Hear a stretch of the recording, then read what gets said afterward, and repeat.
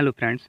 आज के इस वीडियो में हम देखेंगे डीएलएड फर्स्ट ईयर से संबंधित जो विषय इंग्लिश का है, इंग्लिश प्रोफिशिएंसी, उस विषय के बारे में देखेंगे कि हम उसमें जो संबंधित प्रश्न होते हैं वो कैसे होते हैं।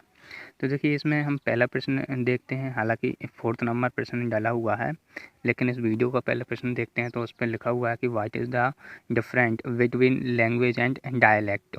तो वो कह रहे हैं कि जो लैंग्वेज होती है और जो डायलैक्ट होती है उसके मध्य में क्या अंतर होता है। देखो, लैंग्वेज को हम भाषा कहते हैं, ठीक है, और डायलेक्ट को हम बोलते हैं बोली। ये हम समझना, क्योंकि इसमें जो हम हिंदी में पढ़ते हैं जनरली वही इंग्लिश में है। बस अकेला अंतर इतना है हिंदी और इंग्लिश का कि इसे ट्रांसलेट करके हुए आपको इंग्लिश में याद करना है, और बाकी सेम एज हिंदी के जैसा ही है, ठीक है। जैसे हम हिंदी में पढ़ते हैं कि भाषा और बोली में क्या अंतर है, वैसे ये इंग्लिश में, इंग्लिश प्रोफिशिएंसी लैंग्वेज में है कि लैंग्वेज एंड डायलेक्ट में क्या डिफरेंट है। तो हम देखते हैं। देखो, इसमें आंसर में लिखा हुआ है कि language and dialect are codes. क्या होते हैं? ये एक कोड्स होते हैं। जैसे हम हिंदी में पढ़ते हैं कि जो भाषा और बोली होती है वो क्या होती है, जैसे देवनागरी, जैसे हमारी हिंदी की बात करें तो देवनागरी जो लिपि है, तो लिपि में जो कोड्स होते हैं, ठीक है, जो वर्ण होते हैं, उनका ही क्या होता है, एक समुच्चय होता है, उनका एक क्या होता है, ग्रुप होता है, ठीक है। तो इसमें लिखा हुआ है कि language and dialects are codes. क्या होते हैं? कोड्स होते हैं।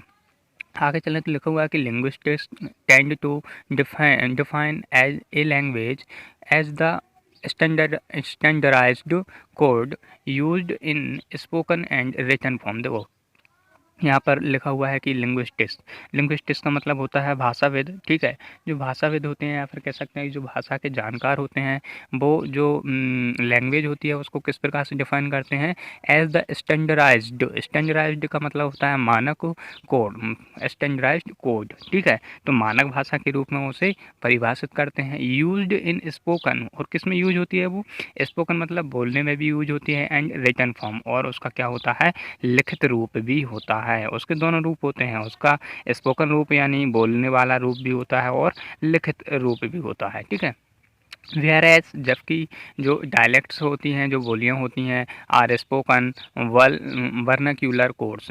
जो बोलियां होती हैं वो क्या होती हैं कि जो स्थानीय भाषाएं होती हैं, कह सकते हैं कि जो स्थानीय स्तर पर बोली जाने वाली बोलियां होती हैं, उनके रूप में बोली जाती हैं, ठीक है। Vernacular codes without a standardised written system, और किसके किसके बिना? विदाउट ए स्टैंडर्डाइज्ड, मतलब इनका कोई मानक सिस्टम नहीं होता है। जबकि हमने वो पर देखा कि जो लैंग्वेज होती है वो क्या होती है, मानक यानी स्टैंडर्डाइज्ड सिस्टम होती है। आगे चले तो आगे लिखा हुआ है कि dialects as assumed have no grammar. जो डायलेक्ट्स होती है, बोली होती है, उसकी क्या होती है, उसकी नो ग्रामर होती है, उसकी कोई ग्रामर नहीं होती है। जबकि जो लैंग्वेज होती है उसकी एक स्टैंडर्डाइज्ड ग्रामर होती है, उसका कोर्स होता है, उसकी जो रिटन फॉर्म है वो होती है प्रॉपर, ठीक है। आगे चले तो आगे लिखा है कि no standard form, no script, no literature ETC. मतलब इसका ना तो कोई स्क्रिप्ट होती है। स्क्रिप्ट का मतलब हमने देखा था कि इसकी कोई एक ऐसी चीज़ जो इसकी कह सकते हैं कि जैसे हमारी हिंदी भाषा है, हिंदी भाषा की एक क्या है, देवनागरी लिपि है। तो इसकी कोई ऐसी कोई लिपि नहीं होती है। तो क्या होती है, बहुत सारी लिपियों की मिली जुली कह सकते हैं कि रूप होता है, जिससे कि क्या होता है, बोली का कोई एक स्टैंडर्ड नहीं बन पाता है। तो ये हमने देखा कि जो लैंग्वेज है और डायलेक्ट है उसके मध्य में क्या अंतर है। देखो, यदि नॉलेज के पर्पज़ से यदि मैं बताऊं तो इसके अलावा भी कुछ अंतर होता है डायलेक्ट और लैंग्वेज में। एक अंतर ये होता है कि जो डायलेक्ट होती है वो हम लोकल बेस पर बोलते हैं, जैसे स्थानीय स्तर पर बोलते हैं, केवल अपने घर और समाज तक रखते हैं बोली को। और वहीं जो भाषा होती है वो एक बहुत व्यापक स्तर पर बोली जाती है, वास्ट एरिया, ठीक है। और एक अंतर ये होता है कि वो बोली होती है ना, बोली में क्या होता है कि जो साहित्य लेखन होता है, लिटरेचर होता है, वो क्या होता है, वो नहीं लिखा होता है, उसका लेखन में कम यूज होता है या फिर नहीं होता है। और जबकि भाषा का क्या होता है, एक प्रॉपर लिटरेचर होता है, प्रॉपर रिटन फॉर्म होता है, ठीक है। तो ये अंतर है। आगे चले तो अगला प्रश्न नंबर 5 लिखा है, उस पर हम बात करें तो उसमें लिखा हुआ है कि why do you understand why first second, sorry for disturbance. ठीक है, तो क्या लिखा, क्या पूछ रहा है, प्रश्न पूछ रहे हैं कि why do you understand by first, second and third language, मतलब पहली, दूसरी और तीसरी भाषा से आप क्या समझते हो।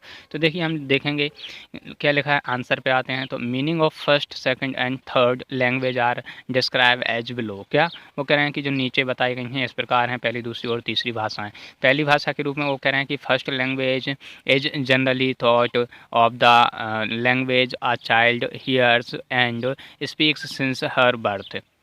तो क्या कह रहे हैं कि एक बच्चा जब वह जन्म लेता है अपने परिवार में, तो अपने परिवार में बोली जाने वाली, सुनी जाने वाली भाषा क्या होती है, फर्स्ट लैंग्वेज होती है। ठीक है, वो कह रहे हैं सामान्यतः क्या होती है, taught of as the language, मतलब किस प्रकार से बोली जाती है, एज अ चाइल्ड हियर्स, जो बच्चा सुनता है, taught and speak since her words, उसके जन्म के समय से जो बच्चा सुनता है, बोलता है, वह क्या होती है, फर्स्ट लैंग्वेज होती है।